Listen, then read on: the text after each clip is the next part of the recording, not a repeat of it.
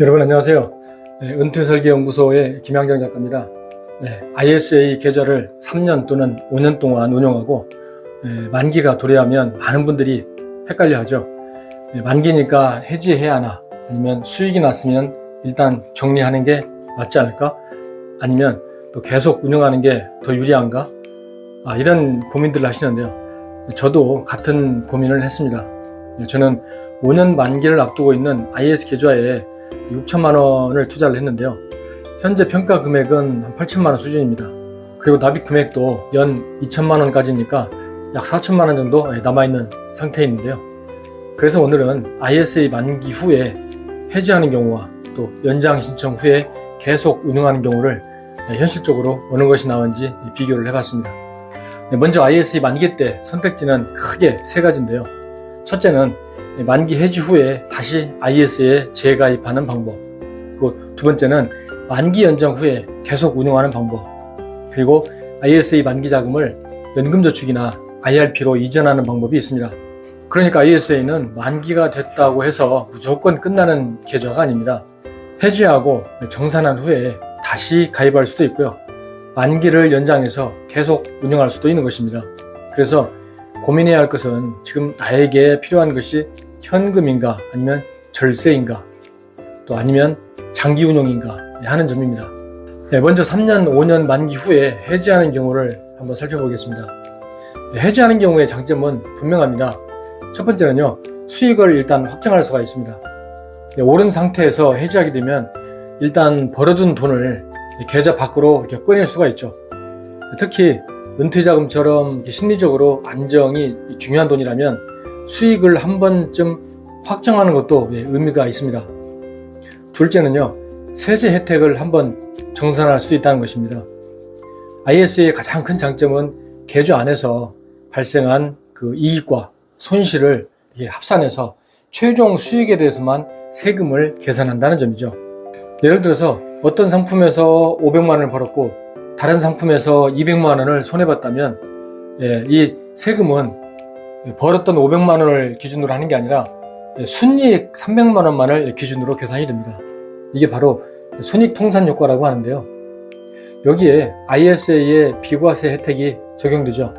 일반형 ISA는 순이익 200만 원까지만 비과세, 또 서민형 ISA는 순이익 400만 원까지 비과세가 적용됩니다. 비과세 한 대를 넘는 그 수익은 일반 금융소득세율 15.4%가 아니라 9.9%만 분리과세로 적용이 됩니다. 이 차이가 생각보다 큽니다. 일반 계좌라면 이자나 배당, 또 해외 ETF 과세 대상 수익에 대해서 보통 15.4%의 세금이 붙는데요.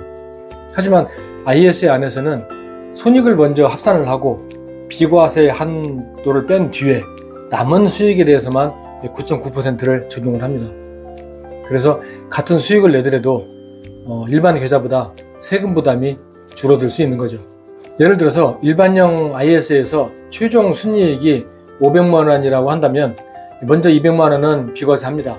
나머지 300만 원에 대해서만 9.9% 분리과세가 적용이 되는 거죠. 이 경우 세금은 약 29만 7천 원 정도죠. 반대로 일반 계좌에서 같은 500만 원의 과세 대상 수익이 났다면 15.4%를 적용해서 약 한 77만 원 정도의 세금이 나올 수 있습니다. 단순 계산으로도 세금 차이가 꽤 납니다. 여기서 중요한 팁이 하나 있는데요. ISA에 가입할 때는 소득이 많아서 일반형으로 가입했더라도 만기 시점에 소득이 줄었거나 또 은퇴해서 수입이 없는 상태라면 서민형 전환을 확인해 볼 필요가 있습니다. 다만 기준은 현재 월급이 있느냐 없느냐가 아니라 국세청에서 발급하는 소득 확인 증명서나 또 개인 종합자산관리계좌 가입용의 서민용 요건 충족으로 나오는지입니다. 이 요건을 충족하면 일반형보다 비과세 한도가 200만 원에서 400만 원으로 늘어날 수 있습니다. 그래서 ISA 만기가 다가오는 분들은 해지나 연장만 고민하지 말고 먼저 내가 서민형 전환 대상인지부터 확인해 보시는 게 좋을 것 같습니다. 셋째는 연금 계좌 이전 전략을 쓸 수 있다는 겁니다. ISA 만기 자금을 만기 60일 이내에 연금저축이나 IRP로 옮기면 이전 금액의 10%, 최대로 300만 원까지 추가 세액 공제 대상이 될 수가 있습니다. 예를 들어서 ISA 만기 자금 중에 3천만 원을 연금 계좌로 이전하면 그 10%인 원이 추가 세액 공제 대상 금액이 이렇게 되는 그런 구조입니다. 만약에 6천만 원을 연금 계좌로 이전했다고 해서 10%인 600만 원은 아니죠. 최대치가 300만 원이라는 것을 아셨으면 좋겠습니다. 은퇴 준비를 하는 분들에게는 ISA에서 절세 혜택을 받고 그 자금을 다시 연금 계좌로 옮겨서 추가 세액 공제 기회를 만드는 전략이 가능한 거죠. 넷째는 다시 시작하는 이런 전략도 가능합니다. 무슨 얘기냐면 비과세 한도를 이미 충분히 활용을 했고 또 새로운 계좌에서 다시 한도를 쌓아가고 싶은 이런 분들은 해지 후에 재가입하는 이런 전략을 고려할 수도 있다는 얘기입니다. 쉽게 말해서 한번 ISA에서 세제 혜택을 정산한 뒤에 새 ISA를 만들어서 다시 비과세 한도를 활용하는 방식입니다. 그래서 ISA를 3년마다 해지하는 전략이 좋을 수도 있습니다. 또 수익이 많이 났고 또 비과세 한도를 이미 충분히 사용했고 또 연금저축이나 IRP로 이전할 계획이 있다면 해지도 좋은 선택이 될 수 있다는 겁니다. 다만 여기서 중요한 점이 하나 있습니다. 해지는 세금을 아끼는 방법이 될 수는 있지만 동시에 투자 흐름을 끊는 그런 선택이기도 합니다. 그래서 해지가 유리한지는 단순히 세율만 보고 판단하시면 안 되고요. 세금 절감 효과나 또 보유 자산을 계속 가져갈 이익을 함께 비교해야 합니다. 그래서 해지가 항상 유리한 것은 아닌데요. 여기서부터가 이제 중요합니다. 첫째는 세제 혜택을 받으려면 계좌를 정리해야 할 수 있습니다. 만기 연장 없이 계약 기간이 끝나면 계좌 안에 금융상품을 일정 기간 안에 환매하거나 또 매도해야만 세제 혜택을 받을 수가 있거든요. 현금화하지 않은 상품은 손익 통산과 세제 혜택에서 제외될 수 있기 때문에 주의가 필요합니다. 둘째는 투자 흐름이 끊길 수 있다는 겁니다. 장기적으로 투자하려고 사놨던 ETF나 배당 자산이 있는데 만기 때문에 억지로 정리해버린다면 오히려 투자 흐름이 끊길 수 있다는 거죠. 셋째는 남아있는 납입 한도를 버리게 될 수도 있습니다. 예를 들어서 저처럼 5년 동안 6천만 원을 납입했고 아직 1억 한도 중에 4천만 원이 남아있는데요. 이 상태에서 해지해버리면 기존 계좌에서 남아있던 한도를 더 활용할 기회를 놓칠 수 있다는 겁니다. 네 번째는 다시 가입하면 시간표가 새로 시작된다는 거죠. 새로운 IS 계좌는 다시 의무 가입 기간 3년을 생각해야 합니다. 당장 유동성이 필요한 사람에게는 이 부분도 부담이 될 수 있죠.